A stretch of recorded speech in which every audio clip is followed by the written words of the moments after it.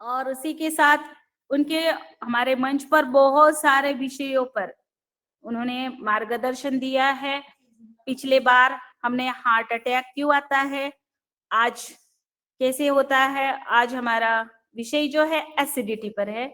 और एसिडिटी, हर प्रकार की एसिडिटी होती है और बस बोलते हैं हमें ऐसी एसिडिटी रहती है, किसी को अन्य प्रकार की एसिडिटी होती है, क्यों होती है और पेट में क्या गड़बड़ी होती है, ये सारी जो क्रियाओं के बारे में आज हमें वो मार्गदर्शन करेंगे। तो आज मैं मंच पर आदरणीय दादाजी का स्वागत करती हूँ, उनको ये मंच सौंप देती हूँ। आदरणीय श्री मनोहरलाल सोनी जी। बहुत बहुत धन्यवाद। पहले आप कमर सीधी करके बैठ जाएं। 3 बार हम ओम का दीर्घनाद करेंगे, लंबा। 3 बार मेरे साथ साथ श्वास भरें।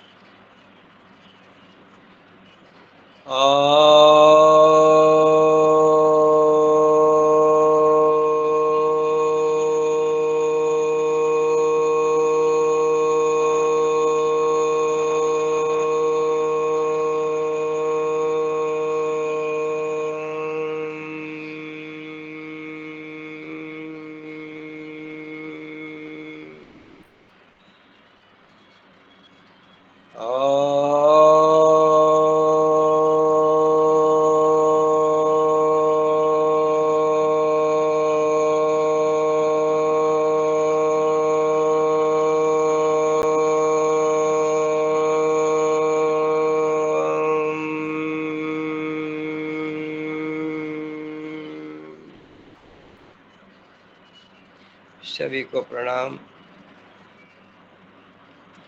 एक बार मैं अपना परिचय ठीक से दे देता हूँ, क्योंकि आप बार बार जिला लगाते हो। मैं प्रांत में हूँ, मैं प्रांत उपाध्यक्ष हूँ। जिले में 17 साल पहले था, योग संयोजक भी रहा। अब योग संयोजक मेरी जगह दूसरे हो गए, वो कार्यकारिणी में रहते हैं। हम कार्यकारिणी से प्रमोट होकर के कोर ग्रुप में आ गए। वहाँ अध्यक्ष, उपाध्यक्ष, सचिव 3 पद होते हैं और एक संरक्षक। आज का विषय जिससे जनरली अधिकतर लोग, करीब करीब मैं समझता हूँ कि 95% लोग इससे प्रभावित होते हैं। और मैं चाहता हूँ कि आज इसका भी ऑडियो वीडियो बना लें। हमारे यहाँ के योग वाले भी कहते हैं कि हम भी सुने, तो एक बार दिया हुआ ये कैसेट जो है वहाँ भी काम आएगा उनको, तो इसको रिकॉर्ड कर लें आप। अम्ल पित्त ये पेट से संबंधित, डाइजेशन से संबंधित रोग है। और इसका कारण, मैं इसके कारण गिनाऊंगा पहले आपको, फिर इसका परिचय दूंगा कि इसके लक्षण क्या हैं। इसमें कारण अलग अलग, एक तो आहार के द्वारा भी होता है, दूसरा कारण हमारे विचारों के द्वारा भी होता है, और हमारे पर्यावरण का भी असर हमारे ऊपर पड़ता है। तो सबसे पहले मैं आपको आहार से संबंधित जो हमारी गड़बड़ियां हैं, पहले अम्ल पित्त का परिचय देता हूँ कि ये है क्या, आप किसे समझते हैं अम्ल पित्त, और हमारे शास्त्र क्या कहते हैं अम्ल पित्त के बारे में, वो परिचय किस प्रकार देते हैं। तो इसका परिचय आप देख लीजिए। पेट आप सब जानते हैं। ये आप क्या कर रहे हैं रोशनलाल जी?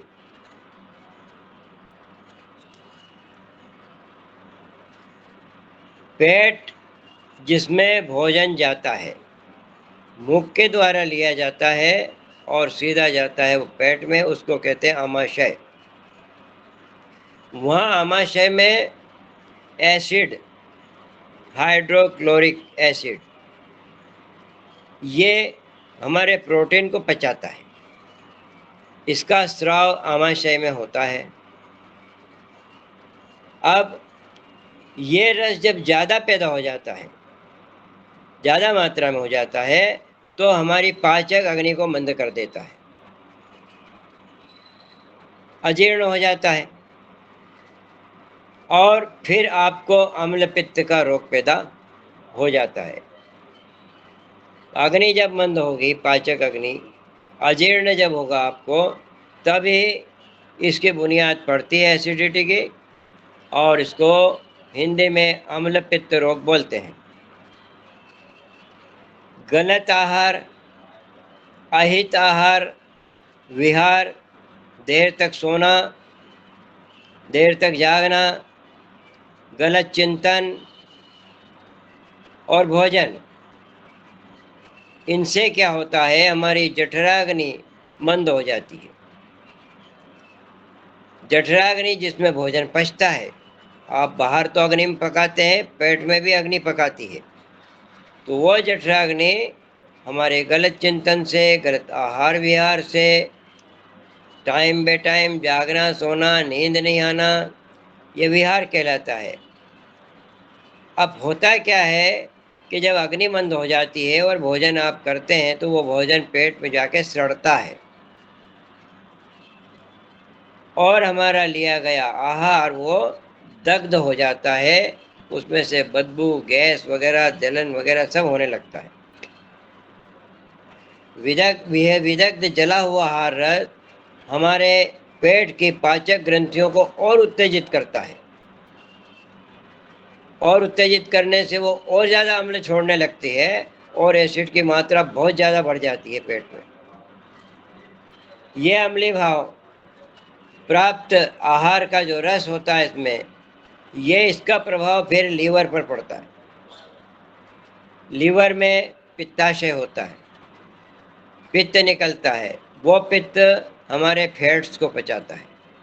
चिकनाई, घी, तेल वगैरह जो आप लेते हैं, इस चिकनाई को पचाने वाला क्या है, पित्त। ये लीवर में छोटी सी थैली होती है, गाल ब्लैडर बोलते हैं उसको, कभी कभी उसमें पथरी भी होती है। तो ये पित्त का स्राव इस सड़े हुए भोजन के कारण और ज़्यादा बढ़ जाता है। ये बढ़ा हुआ पित्त जब अम्लीय भाव को, ये बढ़ा हुआ पित्त फिर ये भी अम्ल बन जाता है।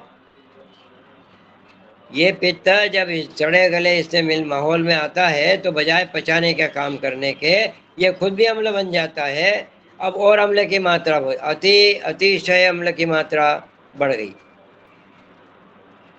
अब जलन शुरू हो जाती है आपको, पेट में भी, हाथ पैरों में भी, और पूरे शरीर में भी, और आप उसका इलाज कराते रहते हैं।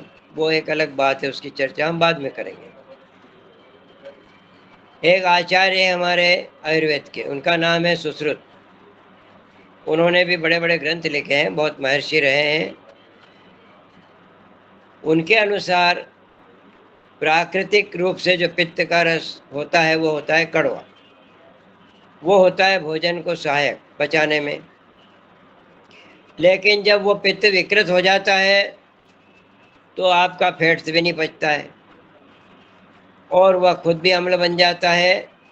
अब ये जला हुआ पित्त बड़ा जोरदार तरीके से एसिडिटी यानी अम्ल पित्त को पैदा करता है। पहले तो एसिड आया ही था पेट से, पित्त ये भी एसिड बन गया, और सारी जो क्रिया पाचन की थी वो बिगड़ गई। अब इनसे क्या होता है, गलत और विकृत आहार जो होते हैं, ये क्या होते हैं, उनके बारे में भी थोड़ा मैं बताता हूँ।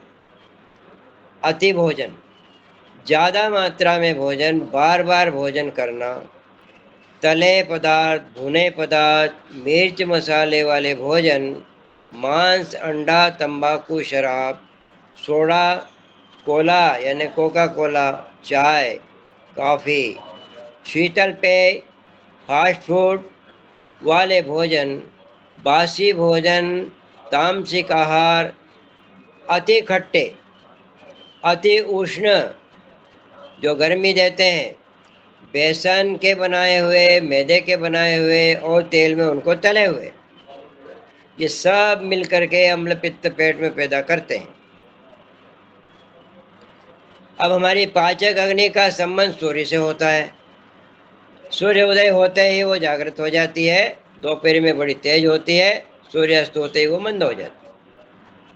अब पाचक अग्नि जिस समय प्रबल होती है उस समय आप आहार करें, जब मंद होती है तो हल्का आहार करें, और जब वो बिल्कुल रेस्ट में चली जाती है तो आहार छोड़ दें। अब इसीलिए सुबह शाम का भोजन आपका जो भी होता है वो बहुत हल्का हो, उस समय आपके पाचक अग्नि बिल्कुल मंद रहती है। दोपहर में पर्याप्त मात्रा में आप भोजन लें। अब बरसात के दिनों में सूर्य अधिकतर आंख मिचौली करता है, तो वर्षा ऋतु के प्रभाव से आहार में भी थोड़ी सी विकृति, पेट का दुखना है, पेट में जलन हो रही है, दस्त लग रहे हैं, ये वर्षा ऋतु में होते हैं। इसलिए है कि अग्नि मंद हो जाती है, पाचक अग्नि, क्योंकि सूर्य की अग्नि मंद होती है। अब जैसे विकृत भोजन है, विरुद्ध भोजन है, अम्ल तथा पित्त के प्रकोप करने वाले होते हैं, तले भुने और सिर्फ मसाले वाले, ये पेट में जल करके एसिडिटी पैदा करते हैं। नंबर 1। अब नंबर 2, दूसरा कारण, ये तो आहार से संबंधित हो गया। दूसरा कारण, आप चाहे तो नोटबुक रखा करें। चिंतन, हमारे शरीर में मानसिक शक्ति होती है और वो विचार करती है। अब विचारों का कभी नियंत्रण भी नहीं होता है। वो विचार क्रोध, तनाव, चिंता, भय, ईर्ष्या, द्वेष, ये गलत चिंतन, इनको मानसिक रोग भी बोलते हैं, मानसिक विकार बोलते हैं। शरीर में विकार होते हैं, मन में भी विकार होते हैं। इनका प्रभाव हमारे वेगस नर्व पर पड़ता है। आप वेगस नर्व का नाम सुना होगा। यह मस्तिष्क से निकलने वाली एक नाड़ी होती है जो पूरे पाचन तंत्र के लिए जवाबदार होती है। अगर वेगस नर्व आपकी ठीक है तो पूरा पाचन तंत्र आपका सही काम करेगा। यदि वेगस नर्व गड़बड़ होती है तो सारा पाचन तंत्र आपका बिगड़ जाएगा, और ये विचारों से कंट्रोल होती है। अच्छे विचार है, ये भी ये कुपित नहीं होगी, अपना काम करेगी। लेकिन अब विचारों का मैंने अभी आपके नाम लिया, एक बार फिर दोहरा देता हूँ। आपको क्रोध आया, पित्त बढ़ जाएगा। तनाव आया, वेगस नर्व आपकी एकदम डाउन हो जाएगी। भय, डर, जब आपको डर लगता है तो आपकी अग्नि एकदम मंद हो जाती है, पाचक अग्नि। ईर्ष्या करते हैं आप, जलन करते हैं, और ये मानव स्वभाव है। मैं ये नहीं कह रहा हूँ कि आप करते हैं, मैं इससे प्रभावित हो सकता हूँ। द्वेष, तो आजकल द्वेष, एक दूसरे को देख करके हम संपन्न हैं, हम सुखी हैं, लेकिन दूसरा ज़्यादा सुखी क्यों है, उससे जलन शुरू हो जाती है। ये जलन भी आपकी पाचक अग्नि पर प्रभाव डालती है, ये वेगस नर्व को डाउन करती है। अब वेगस नर्व जब डाउन होती है तो वेगस नर्व के अंतर्गत हमारी हार्मोनल प्रणाली आती है, जो हमारे सारे शरीर के स्वास्थ्य के लिए जवाबदार है। वो हार्मोन्स, वो कुपित होकर के जहरीले हो जाते हैं। अब जब वो अति मात्रा में मिल जाते हैं भोजन में, तो वह भी भोजन को सड़ा देते हैं, पाचक अग्नि मंद हो जाती है, कब्ज हो जाती है, तमाम रोग पेट के उससे शुरू हो जाते हैं। कब्ज, प्राकृतिक वेग रोकने, और दूसरा एक नमी युक्त वातावरण में रहना। बरसात में ज़्यादा होता है। नमी युक्त वातावरण, हमारे सीलन भरे घर, हमारे कपड़े ठंडे, हमारा कमरा ठंडा, हमारे बिस्तर ठंडे, सारे चीज़ें ठंडी हो जाती है वर्षा के कारण। तो ये नमी युक्त वातावरण से भी आपको बचना पड़ेगा। यह भी हमारे स्वास्थ्य को खराब करता है, वेगस नर्व को खराब करता है, और उससे पाचन संतान पर प्रभाव पड़ता है। नतीजा होता है एसिडिटी, हाइपर एसिडिटी।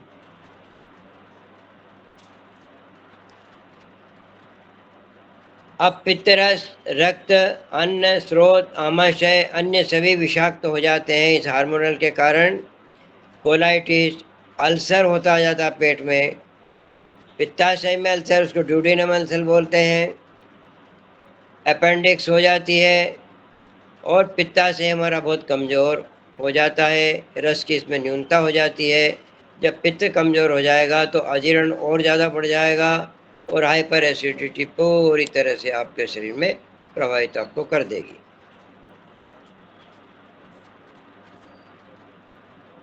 जिस प्रकार बिना साफ किए सुखाया हुआ जो दही होता है, जब हम दही जमाने और दही के बर्तन को यदि हमने ठीक ढंग से नहीं धोया और यदि उसमें हमने दूध रख दिया तो दूध का क्या होगा, वो फट जाएगा। इसी प्रकार से हमारे पेट में जब ये बिगड़े हुए पित्त और जब ढेर सारा अम्ल है, अब जैसे भोजन आप दोबारा करेंगे तो वो भोजन भी वहाँ जाके विदग्ध हो जाएगा, वो और एसिडिटी का कारण बनेगा। अब अम्ल पित्त का हम वर्गीकरण करते हैं। ये दो भागों में हम इसको बांटते हैं। हमारे पाचन संस्थान को आप जानते होंगे कि एक तो ऊपर से आमाशय तक, ये ऊपर का भाग, और बीच में डायफ्राम होता है और नीचे आंतें होती है, वो नीचे का भाग। ऊपर के भाग में एसिडिटी बढ़ती है, वो ऊर्ध्व भाग के अम्ल पित्त होता है, और आंतों में जब बढ़ती है एसिडिटी तो वो निम्न वर्ग का अम्ल पित्त विभाग होता है। अब इनकी प्रवृत्ति क्या होती है, वमन होती है तो वो ऊपर से होती है, वो पेट में से आता है। दस्त जब लगते हैं तो वो आंतों की तरफ से, वो नीचे वाला भाग है, वो नीचे से साफ करता है।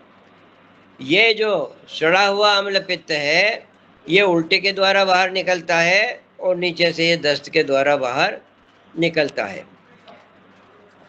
अब इसको जब हम उपचार में लेंगे तब बताएंगे कि उल्टी करना हो तो वो क्या करना है, नीचे से निकालना हो तो क्या करना है। अब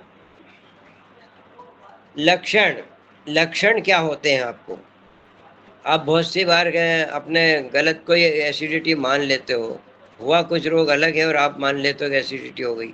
तो मैं कोई लक्षण बताता हूँ आपको। जीभ मिचलाना, गले छाती के बीच में जलन होना, खट्टी डकार आना, मल पतला होना, सामान्य से अधिक भूख लगना या भूख बिल्कुल नहीं लगना, खाने के बाद मंदाग्नि होती है, उससे भारीपन लगता है पेट में, पेट फूला हुआ लगता है, अफारा, रोग बढ़ने पर थोड़ा भोजन करने से, थोड़ा रोग जब बढ़ता है फिर आपने जरा सा भी भोजन किया तो हाइड्रोक्लोरिक एसिड बहुत मात्रा में निकलने लगेगा, वो आपको खट्टी खट्टी डकार के रूप में महसूस होगा। उल्टी भी हो जाती है इसमें ज़्यादा मात्रा में बढ़ने से। दूसरा प्रभाव इसका होता है कि आपके दांत काले हो जाएंगे।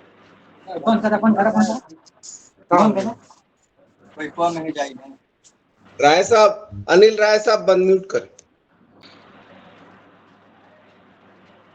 आपके दांतों की जो चिकनाई है वो इस अम्लता के कारण चली जाएगी, दांत का एनामल खत्म हो जाएगा और दांत की जो चमक है वो आपकी गायब। अल्सर की संभावना, पेट में अल्सर हो जाता है, वो ये इसके वजह से, एसिडिटी की वजह से आपको और रोग होना शुरू हो जाते हैं। मैं उनके बारे में बता रहा हूँ आपको। भोजन नहीं पचेगा, हमेशा के लिए आपकी डाइजेशन खत्म हो जाएगी, कब्ज हो जाएगा, कभी कभी आपको दस्त लग जाएंगे। अब इससे बचने के उपाय, आपकी प्रतीक्षा इसी बात की होगी कि और तो सब ठीक है लेकिन हम करें क्या, तो मैं अब उस पर आता हूँ। शरीर में जब विष बढ़ता है, विषाक्तता बढ़ जाती है, अम्लता बढ़ जाती है, तो प्रकृति स्वयं उपचार शुरू करती है। आपका शरीर में भी एक डॉक्टर बैठा हुआ है, उसको भी ये चिंता है कि शरीर की हालत बहुत खराब हो चुकी है, हमें क्या करना चाहिए। तो वो आपको उल्टी का रोग, उल्टी होना शुरू हो जाएगी अपने आप। वो शरीर को विषमुक्त करने का एक प्राकृतिक उपाय है। रोग मुक्त करना ये शरीर का काम है, इसलिए शरीर संचित विकारों को उल्टी के द्वारा, मुख के द्वारा बाहर निकालता है। और नीचे के अंगों से वो आपको दस्त लगाता है। वो चाहता है कि ये बढ़ा हुआ जो एसिड है, बढ़ा हुआ जो सड़ा हुआ पित्त है, ये सब सारा शरीर से बाहर निकल जाए। अब गड़बड़ी क्या होती है कि हम जाते हैं चिकित्सक के पास, कहते हैं उल्टी बंद करो, दस्त लग गए हैं, दस्त बंद करो। तो प्रकृति जो काम कर रही थी उपचार का, आपने उसको सहयोग करने के बजाय और आपको मुसीबत में डाल दिया उसको। आपने गोलियों के द्वारा उल्टी बंद करवा दी और दस्त बंद करवा दी गोलियों के द्वारा। अब करना क्या चाहिए? करना ये चाहिए कि आपको 4-6 गिलास पानी पी करके, हम योग में जो षटकर्म करते हैं उनमें कुंजर क्रिया है, वो कुंजर क्रिया लगातार आपको करना पड़ेगी, एक दिन में काम नहीं चलेगा। रोज रोज आपको कम से कम 8, 10, 15 दिन तक आपको स्वतः मालूम पड़ जाएगा कि हाँ अब हम ठीक हो रहे हैं। पेट आपका बिल्कुल क्लियर हो जाएगा। और एनिमा लेके आंतों को साफ कर लें। अब एनिमा का मैं एक प्रयोग थोड़ा सा सुधार के बताता हूँ कि नींबू तो उसमें डालिए अवश्य, लेकिन थोड़ा सा उसमें मीठा सोडा, एनिमा के पानी में जरा सा मीठा का सोडा, वो इस बिगड़े हुए आम पित्त को नीचे खींच करके बाहर निकाल देता है। तो ये आपका नीचे का मार्ग साफ, ऊपर का मार्ग साफ, ये एक दिन में नहीं होना है। लगातार कम से कम 1 सप्ताह आपको ये वमन और ये एनिमा, ये कार्य आपको करना पड़ेंगे। इधर इस 8 दिन तक आप भोजन भी करेंगे तो उधर भी बताना पड़ेगा। आप लंघन दें, या अगर लंघन नहीं दे सकते हैं तो जो इनको सहयोग करे इस प्रकार के आहार, अथवा बिल्कुल रसाहार करें। सब्जियों के रस वो रेचक भी होते हैं, वो खुद भी निकल जाते हैं और सांप के सारी गंदगी को भी निकाल देंगे। तो उन 8 दिनों में आपको रसाहार करने हैं, भोजन नहीं करना। भोजन करने में हमारे शरीर की जो ऊर्जा है भोजन को पचाने में लग जाती है, फिर वो सफाई का काम बंद। और जैसे ही आपने भोजन बंद किया, सफाई का काम प्रारंभ। जब तक अपने घरों में भी हम साधारण तरीके से देखते हैं कि जब साफ सफाई चलती है तो उस दिन चूल्हा नहीं जलता है। पहले साफ सफाई होगी पूरे घर की, जब तक आपको या तो उपवास करना पड़ेगा या इधर उधर कहीं थोड़ा बहुत फलाहार करना पड़ेगा। फिर चौका वौका साफ हुआ के वो सब सही होगा, तब जा कर के आप में भोजन बनेगा। हमारे पेट का भी वही हाल है। ये बेचारा जब अपनी सफाई करता है, उसमें भोजन डालने का मतलब क्या? उसको सफाई से रोकना। और किया गया भोजन का क्या होगा? वो पाचन होगा कि वो तो और जलेगा उसके अंदर, वो तो सड़ेगा। तो ये ध्यान आपको रखना पड़ेगा। अपना इलाज आप स्वयं करें, आप किसी चिकित्सक के भरोसे नहीं रहें। चिकित्सक को हो सकता है कि उसको गलतफहमी के कारण कोई दूसरा रोग मालूम पड़ा, वो गलत उपचार करना प्रारंभ कर देगा, तो आप फिर भटकते ही रहेंगे। इसलिए ये आज का विषय हमने इसलिए रखा, हम उपचार भी आपको साथ में बता रहे हैं।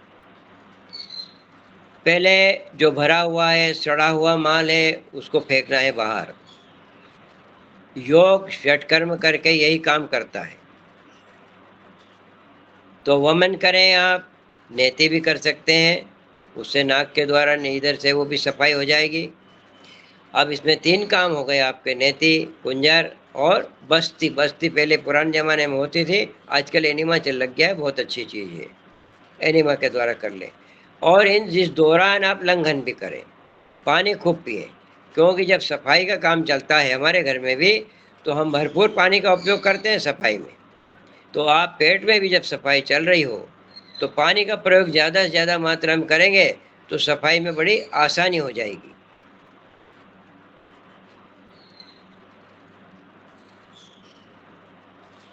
अब इसके बाद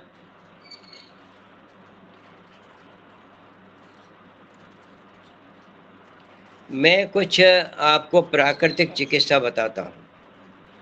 यदि आप जानते हो, आप में कोई करते हो या नहीं भी करते हो, तो बहुत सरल सी चीज़ें हैं, मैं उनको बताता हूँ आपको। आप केवल सुन लेंगे तो हो सकता है कुछ आप कर भी पाएंगे। हमारे पेट की जो ग्रंथियाँ उत्तेजित हुई है, ज़्यादा मात्रा में एसिड छोड़ रही है, पहले उसको हम शांत करें। उनको हम शांत करेंगे तो वो ज़्यादा मात्रा में एसिड छोड़ रही है, वो कम मात्रा में एसिड छोड़ेगी, केवल पाचन के लिए। उसके लिए आप क्या करेंगे?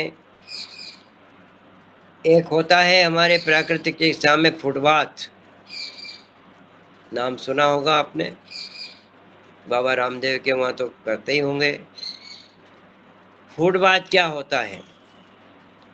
एक बाल्टी में कुछ गर्म पानी लिया जाता है, जितना हमारे शरीर को सहन हो। उसमें दोनों पैर डाल करके घुटने के नीचे, और आप स्टूल पर बैठ जाएं। एक कंबल से अपने पूरे शरीर को ढक लें और उस बाल्टी को भी ढक लें। अब जब आपका पैर गर्म होगा, पिंडली गर्म होगी, तो उसमें से जो ऊपर की तरफ आने वाला रक्त है वो भी गर्म होगा। वो रक्त गर्म होकर के आपके पूरे बदन को गर्म कर देगा और आपको पसीना निकलने लगेगा। पानी में पैर हैं आपके, कमर से ऊपर के भाग आपका गर्म होगा और ये इसमें से पसीना निकलेगा। इसलिए आपको कंबल अच्छी तरह ओढ़ना है, एक आधा सूती कपड़ा भीतर से लपेट भी लेना है, हवा बिल्कुल नहीं लगे। और इधर क्या होगा कि गर्मी सिर पे न चढ़े, इसलिए सिर पर एक गीला कपड़ा रखना पड़ेगा, ठंडे पानी का। बड़ी आसानी से समझाया है। इसका जो कार्यक्रम है वो कैसे होगा? गर्मी जब बढ़ेगी, पसीना आएगा, तो पसीने के द्वारा आपका जो रक्त में पित्त मिला हुआ है, रक्त में जो एसिडिटी आ गई है, वो पसीना बन के और शरीर से बाहर निकल जाएगी। ये हुआ, इसका नाम है फुटबाथ। हिंदी में कहते हैं इसको गरम पाद स्नान।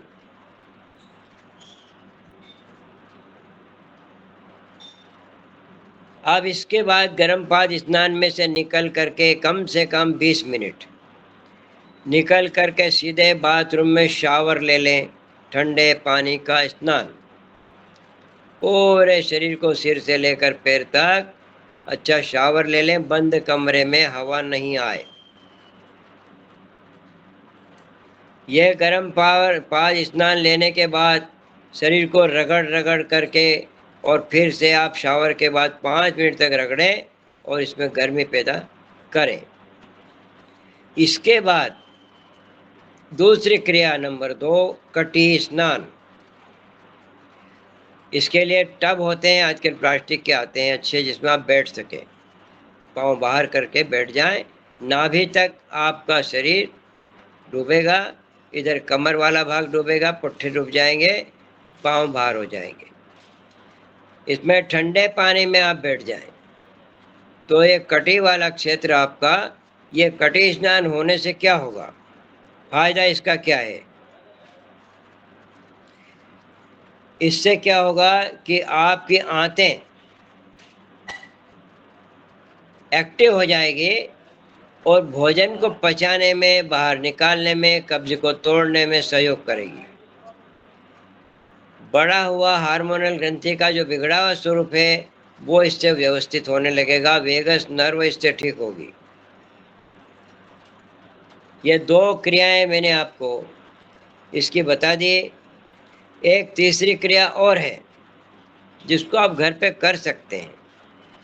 हमारे चमड़ी के नीचे जो हमारी पसीने की ग्रंथियां हैं, उनके द्वारा खून में जो विषाक्तता आई है उसको बाहर निकाला जाता है। तो जैसे आपने भाई फूड बाथ लिया, पसीना आया आपको, अब एक होता है आपको गीली चादर लपेट। तीसरी क्रिया, आप चादर को ठंडे पानी में निचोड़कर बिस्तर पर फैला दीजिए और उस पर नंगे बदन केवल जांघिया रखें और पूरे उस पर लेट जाएं। एक व्यक्ति से कहें कि हमको एक कपड़ा आसपास लपेट दो। पूरा पैरों से पंजे रंगे बाहर और गले तक वो कपड़ा आपको अच्छी प्रकार से लपेट दिया जाएगा। उसके ऊपर सूखा कंबल ओढ़ा दिया जाएगा, जिससे आपके हवा से सुरक्षा रहे। आवाज आवाज अब क्या होगा कि बदन में वो ठंडा कपड़ा थोड़ी देर बाद गर्म हो जाएगा और भाप बनने लगेगी और पूरे पसीने से लथपथ हो जाएगा और वो कपड़ा आपका जो गीला लपेटा था वो पूरा आपके शरीर के विकार खींच लेगा।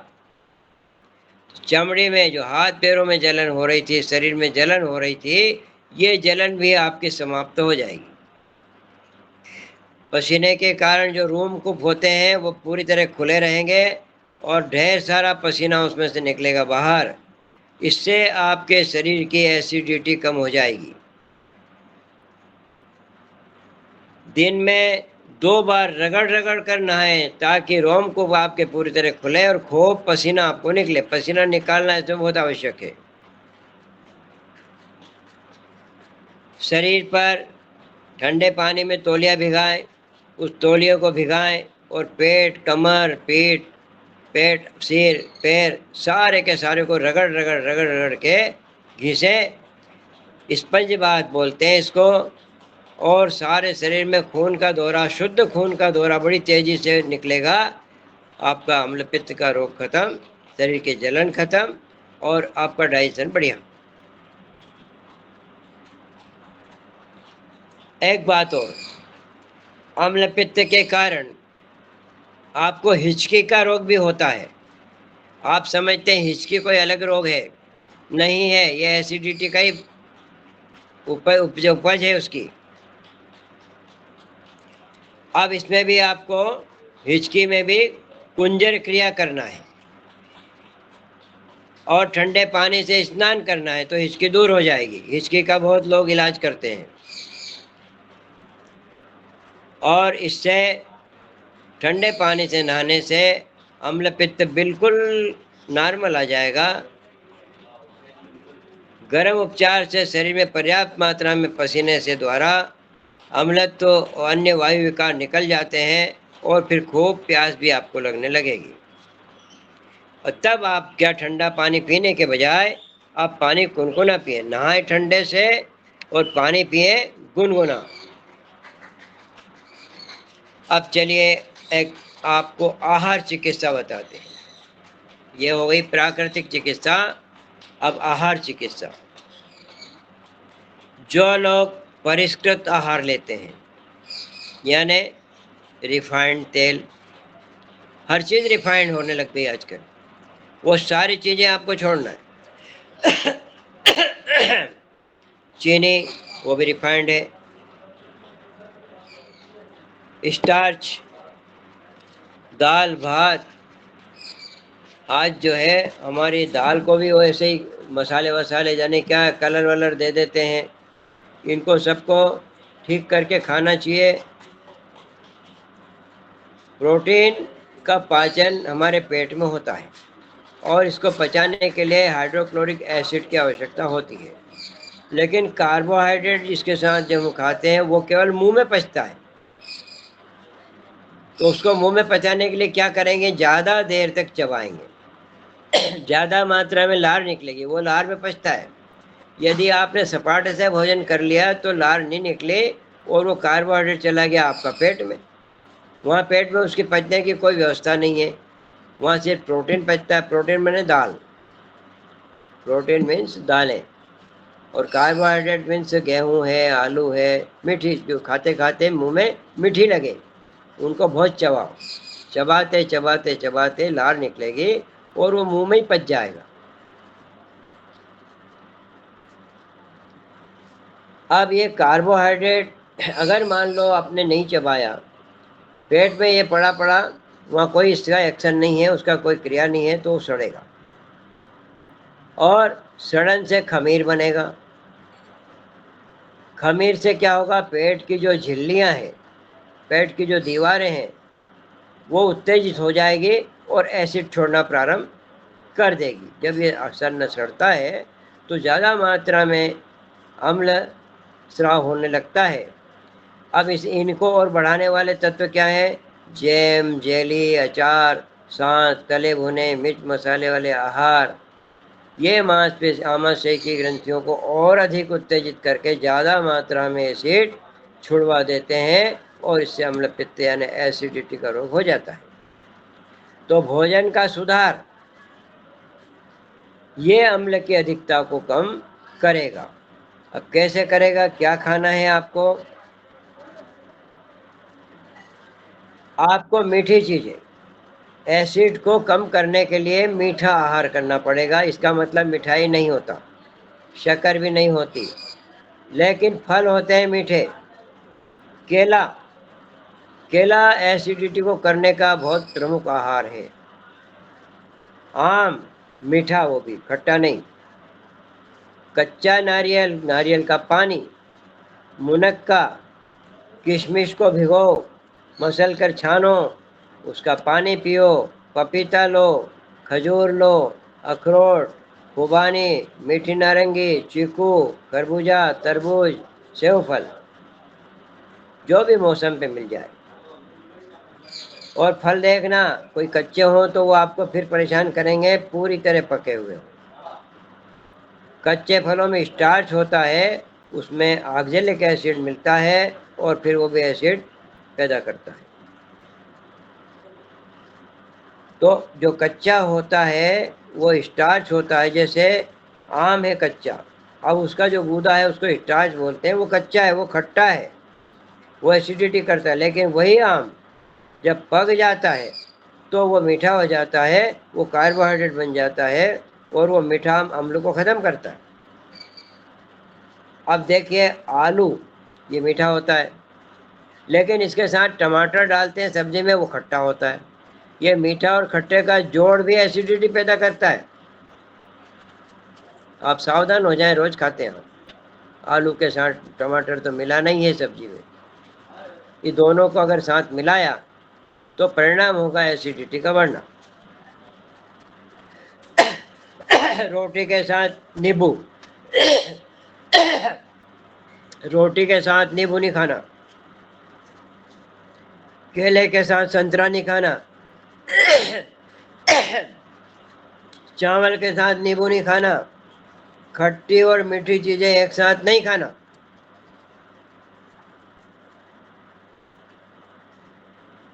इसलिए अम्ल पित्त रोग को अगर नष्ट करना है तो आप मीठे फल खाइए। मीठे से पित्त समाप्त होता है, एसिड भी कम होता है और ये कम, इनकी ग्रंथियां भी शांत हो जाती है। खट्टे फलों का प्रभाव, खट्टे फल अगर आप बाद में एसिडिटी से हो तब खट्टे फल नुकसान करेंगे, लेकिन अब एसिडिटी नॉर्मल है, साधारणतः आपका स्वास्थ्य अच्छा है, उस समय आप खट्टे फल खाएंगे तो वो आपको एसिडिटी नहीं करेंगे।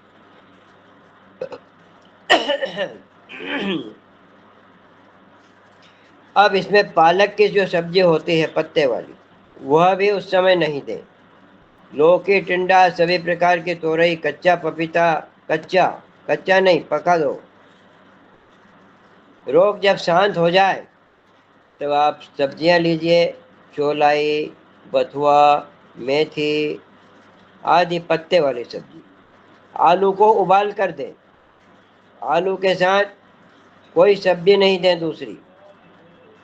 ये अम्लता कम करने के लिए इस प्रकार का भोजन आपको करना है। गाय का घी है, ऑलिव ऑयल है। 1 चम्मच ऑलिव ऑयल भी एसिडिटी कम करेगा, गाय का घी भी कम करेगा, नारियल का तेल भी कम करेगा। 1-1 चम्मच।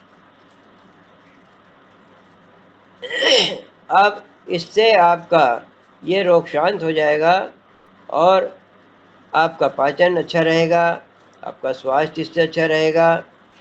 अब हम आपको यौगिक चिकित्सा बताते हैं। अभी हमने आपको प्राकृतिक बताई, फिर हमने आपको आहार चिकित्सा बताई।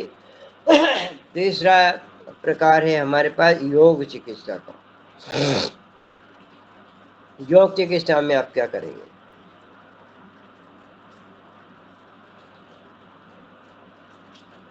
एक तो षटकर्म के द्वारा आप वमन क्रिया करेंगे योग में, क्योंकि षटकर्म आता है तो पहले मैं वो बता देता हूँ। और फिर अब आप जो है आसन करेंगे, तो उदर शक्ति विकासक। आप जानते हैं कि पेट के लिए कौन कौन से आसन किए जाते हैं, उदर की शक्ति कैसे बढ़ती है। और नौली क्रिया, ये नौली क्रिया आपकी पाचन क्रिया को बढ़ाती है। जानु शीर्षासन, पश्चिमोत्तानासन, योग मुद्रा, उत्तान पादासन, धनुरासन, पवन मुक्तासन, मेरुदंड आसन, स्नायु शक्ति विकासक। हमारी रीढ़ में जो नाड़ियां होती है वही सारे शरीर के लिए जवाबदार होती है, हर मशीन को संचालित करती है। वो होती पेट में, लेकिन रीढ़ से निकल करके पूरे शरीर में फैली हुई है। ये प्राण ऊर्जा का प्रवाह है। ये इसको ठीक रखने के लिए हमें मेरुदंड के आसन, रीढ़ के आसन करना चाहिए। अर्ध शलभासन, उल्टे लेट करके पाँव ऊंचा एक, फिर दूसरा पाँव ऊंचा। पूर्ण शलभासन, दोनों पैर ऊंचे। संपूर्ण शलभासन, जिसमें हाथ से पैरों को पकड़ लें।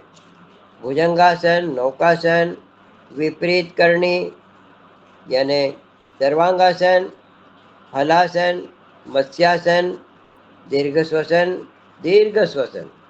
खूब गहरी लंबी लंबी श्वास। शीतली प्राणायाम करें, शीतकारी प्राणायाम करें। और अंत में सबसे जो बढ़िया है, शवासन योग निद्रा। योग निद्रा में सभी उत्तर दे दूंगा प्रश्नोत्तर में। अब आपको कुछ ऐसी चीजें बताएं जो डेली व्यवहार में आप लें, और थोड़ी सी उसमें सावधानी भी है, ये बता रहा हूं मैं। परवल, नीम, गिलोय, कुटकी, सोंठ, इनके काढ़े को शहद के साथ लें।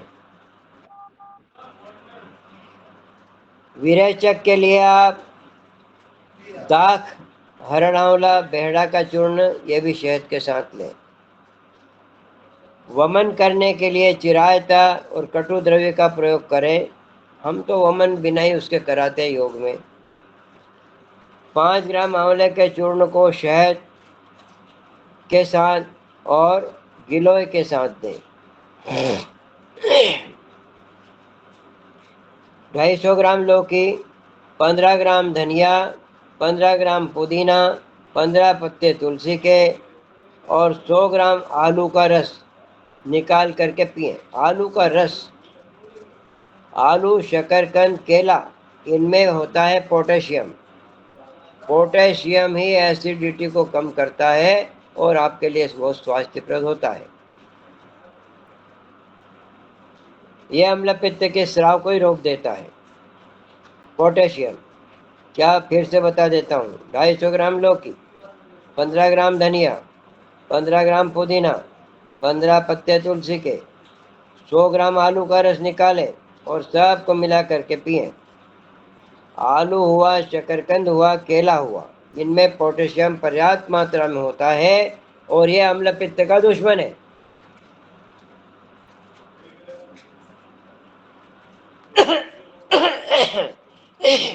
चित्तीदार खूब पके हुए केले, कच्चे केले नहीं, जो कम पके हुए वो नहीं, जिनमें चित्तीदार काले काले दाग पड़ जाते हैं और बहुत गिलबिला हो जाता है, उसमें बहुत पोटेशियम होता है।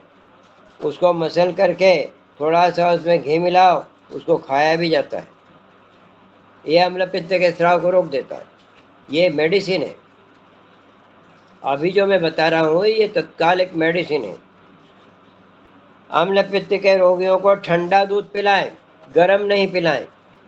ठंडा दूध अम्ल पित्त के स्राव को रोकता है। 5 ग्राम आंवले, उनके चूर्ण में 10 ग्राम मिश्री मिलाकर वो भी पानी के साथ ले लें। 100 मिलीग्राम आंवले के रस में 3 पीसी हुई लौंग मिला दें, 1 चम्मच शहद मिला दें और मिश्री मिला करके सुबह शाम दोपहर ये भी पीने से ही रोग बंद हो जाएगा। हर खाने के बाद लौंग चूसें। 1 कप गर्म पानी में 1 नींबू का रस मिलाकर पिए। नींबू रस लेने से अम्ल पित्त बढ़े तो फिर न लें।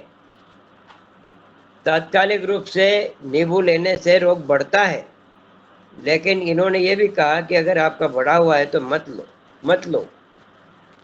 छोटी काली हरड़ का चूर्ण आधा चम्मच गुड़ खाने के साथ में प्रयोग करें। आंवला और अनार का रस 10-10 मिलीग्राम मिला करके ले। भोजन के 1 घंटे बाद आंवले का चूर्ण 5 ग्राम ले। सौंफ, सौंठ, नागर मोथा, द्राक्षा का काढ़ा 25 मिली भोजन के 1 घंटे बाद में ले। जौ, पुराना चावल, दूध, मूंग, मसूर, परवल, करेला, मीठा आम, पका केला, ये पथ्य हैं। सबको साथ में नहीं लेना है, इनमें से जो मिले वक्त पर लेना चाहिए। मूली के रस में मिश्री मिलाकर पिएं। अब रोकथाम अचानक बढ़ा हुआ हो तो कैसे रोकें? भोजन के बाद जल नहीं पिएं तत्काल। सुबह खाली पेट 3-4 गिलास सादा जल पिएं। भोजन के 2 घंटे बाद कुछ कुनकुना जल पिएं। अम्ल पित्त के कारण जितने भी हैं उनसे बचें। चटपटे, तले भुने, मिर्च मसाले वाले, चाय कॉफी आदि जो उत्तेजक आहार है वो न लें। मांसाहार के जितने भी आइटम है वो भी न लें।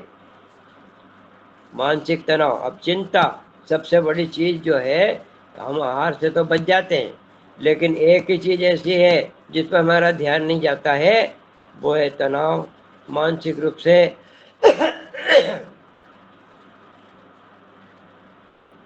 शोक, अवसाद, डिप्रेशन, क्रोध, ईर्ष्या, द्वेष, इनसे बचें। और इनसे बचें कैसे, ये बड़ी मुश्किल है, लेकिन जब हम योग की क्लास लेते हैं तो इनसे बचने के उपाय हमारे पास हैं। ध्यान, योग निद्रा, उपवास, प्रार्थना, इन चीजों से हमारे जो उत्तेजना होती है मस्तिष्क की वो शांत होती है और ये चिंता, ईर्ष्या, द्वेष, क्रोध को हम दमन कर सकते हैं। आज का ये आपका पूरा हुआ। और कोई इससे संबंधित प्रश्न हो तो जरा जल्दी जल्दी निपटा लें।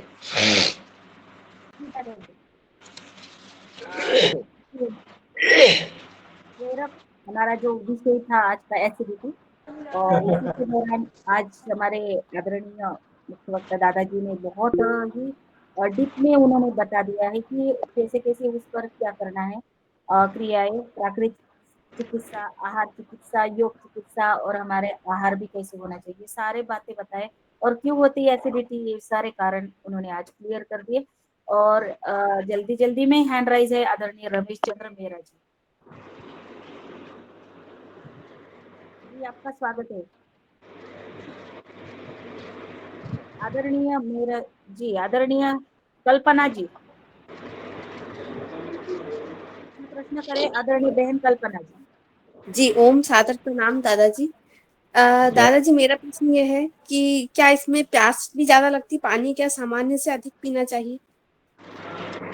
बहन जी फिर से जरा रिपीट करना। पानी क्या एसिडिटी बढ़ने पर सामान्य से अधिक पीना चाहिए क्योंकि गला सूखता है बहुत ज़्यादा? पानी घुट घुट करके थोड़ा थोड़ा करके पिए, ठंडा पिए। जी। जी, तो थोड़ा ज़्यादा भी पी सकते हैं क्योंकि जलन होती है हाँ एसिडिटी के हाँ कारण हाँ, तो तो उसके लिए जलन होती है ना, तो आप पानी से ही क्यों रोक दो, केला खाइए, ठंडा दूध पीजिए, जी, जी, वो ठंडी दूध दूध मीठी चीजें, जो केला है अभी मैंने बताया ना, बहुत सारी चीजें। जी, जी। हाँ, पसीना नहीं आता है इसमें, पसीना बिल्कुल आता पसीने नहीं है। के लिए मैंने आपको बताया कि गीली चादर लपेट जी, और वो फुटबाथ, जी, इनसे जी। पूरा पसीना निकल के सारा पित्त आपका पसीने के द्वारा बाहर निकल जाएगा। वो जी, जलन जो हाथ पैरों की और शरीर की, वो समाप्त हो जाएगी। अब ये फुटबाथ के मैंने मौखिक रूप से तो बता दिया, लेकिन अगर आप इसको अच्छी तरह समझें तो एक दिन पूरा इसका प्रयोग में आपको एक वीडियो बना देता हूँ। मैं जी, अपने घर बिल्कुल। पे किसी को फुटबाथ दूंगा और चादर लपेट दूंगा, उसको पूरा वीडियो बना के आपके इसमें डाल दूंगा। जी, बिल्कुल, मुझे भी करना है ये वीडियो हाँ, देख जी, जी, धन्यवाद। बहुत सुंदर। और आगे आदरणीय जय श्री आनंद जी, जय श्री आनंद जी महाराज जी। जी जी, जय श्री आनंद जी महाराज जी, स्वागत है।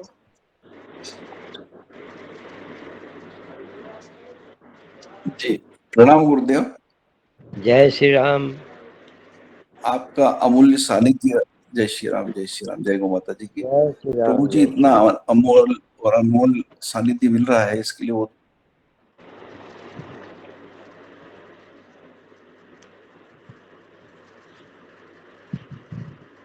हाँ बोलिए आप। सभी को लाभ होगा, नोट करने में भी सहूलियत रहेगी और उस मैं चीज को समझता रिकॉर्ड हूँ कर देना। आपने इसका कैसेट बनवाई क्या, ऑडियो वीडियो? जी आदरणीय, ये रिकॉर्ड होता है, इसका रिकॉर्ड होके और ग्रुप में डाल ये दिया जाएगा। ये रिकॉर्ड हमें भी उपलब्ध करा देना, मेरे योग वाले बहुत साथी हैं वो, और उनको मौका नहीं मिलता है सुनने का। दादाजी ये रिकॉर्डिंग मैंने आपको भेजी थी उस दिन, आपको पिछले बार की रिकॉर्डिंग भेजी थी। हाँ हाँ, एक रिकॉर्डिंग आई, इसकी भी बना लो। हाँ हाँ, मैं अभी भेज दूंगी आपको। हाँ हाँ ठीक है, मैं उनको सुना दूंगा, उनको व्हाट्सएप कर दूंगा मैं उनको, तो सुन लेंगे वो। बिल्कुल तो जी। इसका कोई आदरणीय ग्रुप बन आगे जाएगा गुरु जी, तो हम सबको आनंद मिल जाएगा इससे। जी। और ये रोग बहुत गुरुदेव, बड़ा हुआ है समाज में, और हमारी चूंकि आहार प्रणाली, आहार की हमारी जो दिनचर्या है वो बहुत बिगड़ी हुई है। हम आहार देखते भी नहीं है कि हमारे फायदे वाला है कि नहीं है, और हम एकदम उस पर टूट पड़ते हैं। होटल क्या है, बाजारों में से पैक्ड फूड क्या है, चाट पकोड़े की दुकान पे भीड़ है। अब ये सब होते हुए, और ये जी भी नहीं देख गुरुदेव, रहे कि हम शाम को खा रहे हैं कि सुबह खा रहे हैं। ये इसलिए रिकॉर्डिंग बार बार सुनेंगे तो ये सब चीज याद रहेगी आपको। जी बहुत आभार, प्रणाम गुरुदेव। गुरुदेव, बारिश में हरी पत्तियों के लिए कहीं कहीं नीचे ना, आप बारिश किस समय में क्या चीज लेना चाहिए? जी बारिश में हरी पत्तियों को अवॉइड करें, जी क्योंकि बारिश में एक तो उन पे बरसात के कारण बहुत सारे कीड़े मकोड़े और ये जमे रहते हैं। उनका धूप नहीं मिलने से हरी पत्तियों का स्वास्थ्य भी ठीक नहीं रहता है, तो उनको अवॉइड करें। जी प्रणाम गुरुदेव। व्हाट्सएप ग्रुप बन जाए ऐसा, और समय समय पर मार्गदर्शन मिलता रहे। जी गुरुदेव आपको ग्रुप में जोड़ दिया जाएगा, आपका नंबर भेज दिया जाए, व्हाट्सएप नंबर चैट बॉक्स में डाल दीजिए। और आपको जोड़ दिया जाएगा। आपको लिंक भी मिलेगी रोज की और आपको वीडियो भी डिटेल में मिल जाएंगे। और आगे हमारे सदन में किसी भाई बहन का कोई सवाल है एसिडिटी पर तो पूछ सकते हैं। कल्पना जी फिर से जी स्वागत है। जी, मेरा फिर से प्रश्न है कि इसमें किस तरह के अनाज, कौन सी सब्जियां अवॉइड करना चाहिए? अब ये इसको फिर से बताऊं मैं। अब देखो, तले भुने सबसे बड़ा ध्यान ये रखें कि जी। सब्जी कितनी अच्छी है, लेकिन आपने तल भून दिया उसको तो वो तो गई काम से। जी। मिर्च मसाले डाले और अच्छी आलू की भी भली सब्जी है तो आपने उसको तो बिगाड़ दी ना। तो मैं किस तरीके से बनाए, प्राकृतिक चिकित्सा में सब्जी बनाने का तरीका है, उसको बॉईल कर लो, पानी में बॉईल कर लो। बॉईल करने से वो जिसका स्टार्च, जो कठोर कठोर भाग है उसको स्टार्च बोलते हैं, वो गल के ने मुलायम हो जाएगा और वो अब आपको एसिडिटी का मुकाबला करने वाला। लेकिन टमाटर उसको साथ नहीं मिलाएं, आलू के साथ टमाटर नहीं मिलाएं। आलू पक कर के मीठा हो जाता है, टमाटर खट्टा रहता है, तो वो खट्टा और मीठा दोनों साथ में नहीं चले। जी। अनाज सभी तरह के ले सकते हैं? अनाज ले सकते हैं सभी प्रकार के, लेकिन उनको जैसे पूड़ी बना दिया आपने, अब वो तो तली हुई है, आटा तो वही है, उसकी रोटी भी बनती है, बाटी भी बनती है। तो वो तरीका हमारा बनाने का जो है ना, वो उसमें एसिडिटी पैदा करवा देता है। जी, धन्यवाद। जी बहुत सुंदर। और अगला सवाल हमारे दिनेश चंद्र सेमवाल जी भाई साहब ने हैंड राइज किया। हाँ जी जी, आदरणीय छात्र नमन। ये आलू टमाटर की जोड़ी तो अटूट जोड़ी है, इसको कैसे अलग कर सकते हैं आदरणीय? अभी मैं इन शास्त्रकारों का क्या कहूँ, मेरा वो भी तो मेरा मेरे। भी मन में ऐसे ही आ रहा था दिनेश भैया, अब आप आलू देखिए, टमाटर, मगर मैं एक बोली एक एक बात बताता हूँ, एक मैं अपने मन से कहता हूँ कि आलू उबालने पर मीठा हो जाता है। आप टमाटर को भी आधे घंटे तक कुकर में पकाएंगे, मीठा हो जाएगा। दोनों को साथ में तो नहीं पकाएं, लेकिन दोनों को अलग अलग पका करके आप मिला लो। टमाटर पकने के बाद मीठा हो जाता है।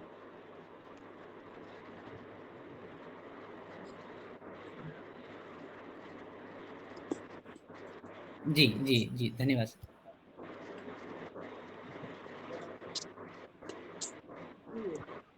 बहुत सुंदर, धन्यवाद। और मैं आगे प्रश्न तो नहीं दिख रहा है मुझे। मैं आदरणीय श्री पवन कुमार सर को सादर आमंत्रित कर रही हूँ आज के हमारे वक्तव्य की जो आज की चर्चा हुई उन पर कुछ कमेंट। जी, मनोलाल जी को प्रणाम, सदन को प्रणाम। जय सुंदर, श्री राम। जय श्री राम। बहुत ही सुंदर विषय पर आज आपने चर्चा की, क्योंकि ये एक ऐसी चीज है जिससे कि आदमी बहुत परेशान रहते हैं, औरों को भी हाँ, परेशान करते हैं, औरों को भी परेशान करते हैं एसिडिटी की वजह से। तो और हमारे जीवन पर मैंने देखा कि अलग अलग समय पर हमें ये परेशानियां होती हैं, कई बार हमें इससे आराम भी मिलता है। और जो आपने बात पर्यावरण की कही है, इसके बारे में जरा सी और समझने की मुझे लगता है कि मुझे भी आवश्यकता है कि हमारे पर्यावरण से हमें जो नुकसान हो रहा है, जो बाह्य चीजें हैं, एक तो चीजें हमने खाई या हमने विचार किया, लेकिन इसके अलावा जो बाह्य चीजें हैं उसका क्या प्रभाव पड़ता है, यानी कि जैसे दूषित हवा अगर है या दूषित और भी चीजें हैं या कोई और चीज है, तो इसके बारे में भी अगर आप बताएंगे आज या नहीं तो बाद में, तो अच्छा रहेगा जी। अब देखिए कि स्वस्थ जिसको रहना है उसको अपने शरीर का बहुत ध्यान रखना पड़ता है।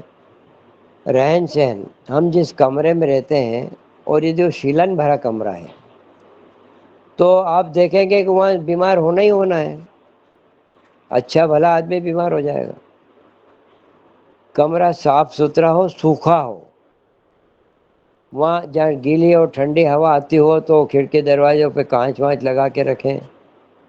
और ताज़ी हवा आने के लिए, क्योंकि ताज़ी हवा है तो नीचे सीलन भरी है, तो हमको ऊपर के कक्ष हैं या ऐसे जगह में रहना पड़ेगा। अब ये तो घर की व्यवस्था रहती है अपनी अपनी।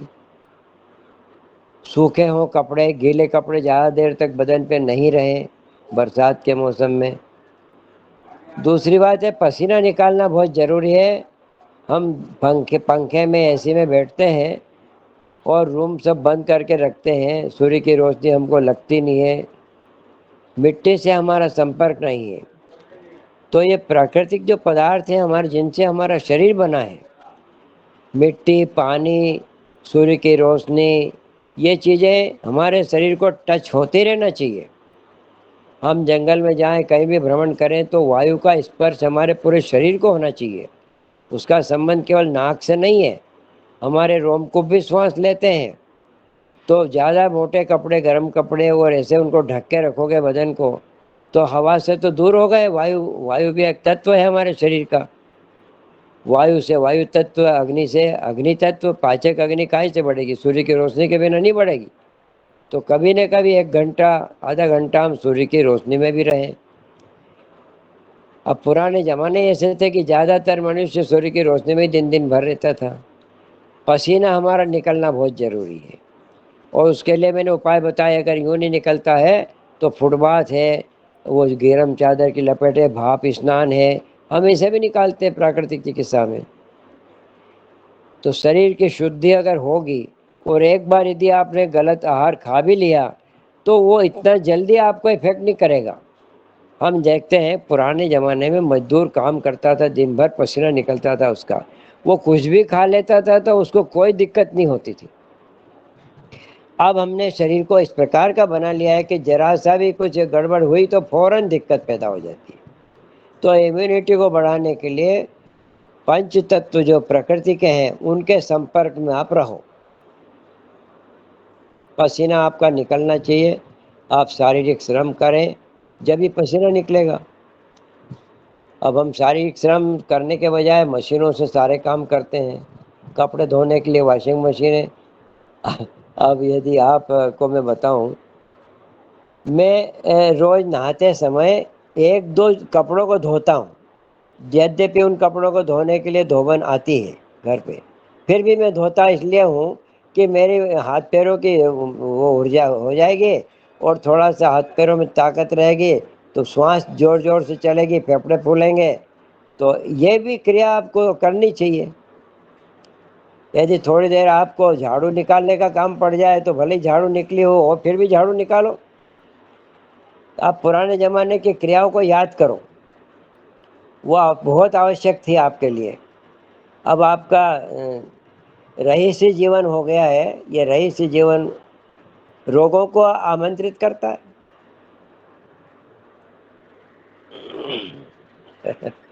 जी जी जी, धन्यवाद धन्यवाद मनोलाल जी, बहुत सुंदर, बहुत चीजें, बहुत महत्वपूर्ण चीज बताई है। क्योंकि अभी कुछ दिन पहले एक किसान से हमने पूछा था कि वो कितने घंटे काम करते हैं। जैविक किसान ने कहा कि मैं तो 4 घंटे रोज काम करता हूँ। तो उससे ये प्रश्न हमने पूछा था कि जो केमिकल वाले किसान है कितना काम करते हैं, तो उसने कहा 1 एकड़ में, पंजाब का किसान उस समय जो उन्होंने आंकड़ा मुझे दिया था, 15 घंटे 135 दिन में वो खेत में काम कर रहे हैं। तो जाहिर है कि जो आपने बात कही बिल्कुल सही है। और मैंने फिर उसको क्रॉस चेक किया और बाकी डेटा देखा, तो 15 के बजाय वो आंकड़ा ज्यादा से ज्यादा 30 घंटे का हो गया। तो मतलब 4 दिन बराबर काम के उसमें अभी व्यवस्था होती है। इसकी वजह से भी ये निष्कर्ष निकला कि हमारी बहुत सारी समस्याएं इन सब चीजों की वजह से कि काम हमारा कम हो रहा है। और सभी जगह पर मशीनें अब आ गई हैं, तो उसमें हमें सुविधा तो मिल गई है, लेकिन उससे हाँ, रोग के लिए हमें आमंत्रण मिल गया है। जी। देखो, विज्ञान में एक सिद्धांत है, गति से शक्ति और शक्ति से गति। आपका शरीर गतिवान रहेगा, हलचल करेगा तो शरीर में शक्ति पैदा होगी, और शक्ति होगा तो शक्ति से फिर गति होगी। शक्ति नहीं होगी तो चलोगे कैसे, काम कैसे करोगे? तो गति से शक्ति पैदा होती है, शक्ति से गति पैदा होती है, ये आपस में परस्पर है। आपके शरीर से गति होगी तो शरीर शक्तिवान बनेगा, शक्तिवान बनेगा तो हाथ पैर हिला हिला पाएगा, काम कर पाएगा, चल पाएगा।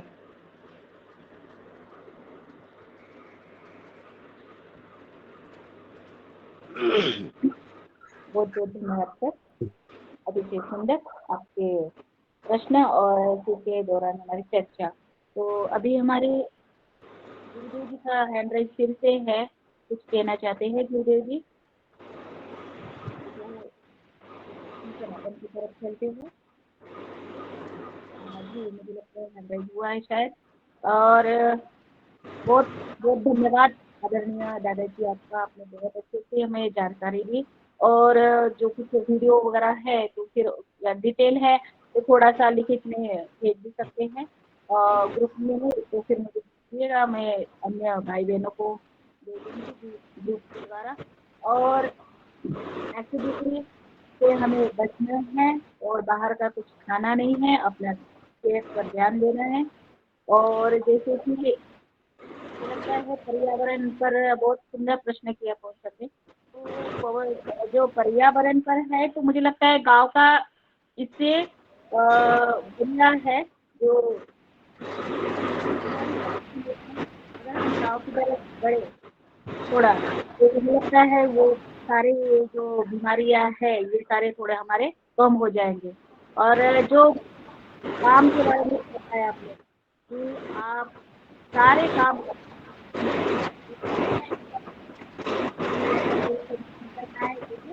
और लाला दादाजी भी कह रहे हैं कि ये सारे काम सबने करने हैं, तो अपने स्वास्थ्य के लिए बहुत अच्छा है और बहुत सुंदर आज का मार्गदर्शन उद्बोधन रहा है। और वो भी होगा।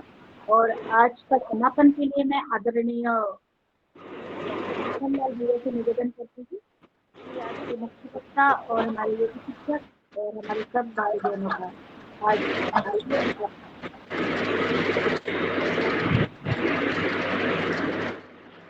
आदरणीय रोशनलाल जी, मेरी आवाज अगर आप तक आ रही है तो आप रोशनलाल जी। आज का तो बहुत सुंदर रहा और बहन जी ने आवाज जरा साफ नहीं आ रही है। हेलो, आवाज आ रही ठीक है दादाजी? हाँ अब तो ठीक है। जी जी, आज का योग सत्र आदरणीय बहन जी ने बहुत सुंदर कराया, उनका हृदय से अभिनंदन। और जैसा कि हमेशा हमारे आज जो हमारे उपाध्यक्ष, राज्य के उपाध्यक्ष, नए उपाध्यक्ष बन गए आदरणीय परम श्रद्धेय मनोहर लाल सोनी जी और हमारे दादाजी, नाम लेने में कष्ट होता है दादाजी। तो अरे नहीं, आप तो अरे क्या हुआ, नाम लीजिए आप तो क्या तो आप रोज आप जो जब भी आप जुड़ते हैं निश्चित रूप से हमें नया मार्गदर्शन और नई चीजें बताते हैं और निश्चित रूप से योगाहार परिवार इससे लाभान्वित हो रहा है। और जो समाज के अन्य वर्गों को जो हमारी इसकी रिकॉर्डिंग होती है वो भी हम उसमें यूट्यूब पर डालते हैं। तो निश्चित रूप से ये हमारे जो रोगों को भगाने में जो आपकी प्राकृतिक चिकित्सा और आपका जो कौशल है, जो आपने इतना वर्षों की साधना के बाद जो आपने ज्ञान अर्जित किया है, ये निश्चित रूप से समाज को लाभान्वित करेगा। आपका बहुत बहुत अभिनंदन। और आज जो भी हमारे साथी जुड़े, योग किया, उन सभी का हृदय से आभार। कल पुनः मिलते हैं 5:30 बजे नए योग शिक्षक और नए वक्ता के साथ। आप सभी का अभिनंदन। जी ओम। ओम सर। बहुत बहुत धन्यवाद। ओम जी। ओम जय श्री राम। आदरणीय लिंक हमेशा एक ही रहेगी या लिंक चेंज होती रहती है? हाँ, लिंक यही रहेगी जी आदरणीय गुरु जी, लिंक यही रहेगी। बहन जी ये लिंक डेली नहीं डालते आप क्या? नहीं, डेली रहती है ग्रुप में, लिंक डेली ग्रुप में जाती है। जब आप अगर जुड़े हैं ग्रुप में तो आपको नए मुख्य वक्ता योग शिक्षक की नई लिंक मिलेगी, मगर आप जुड़े ही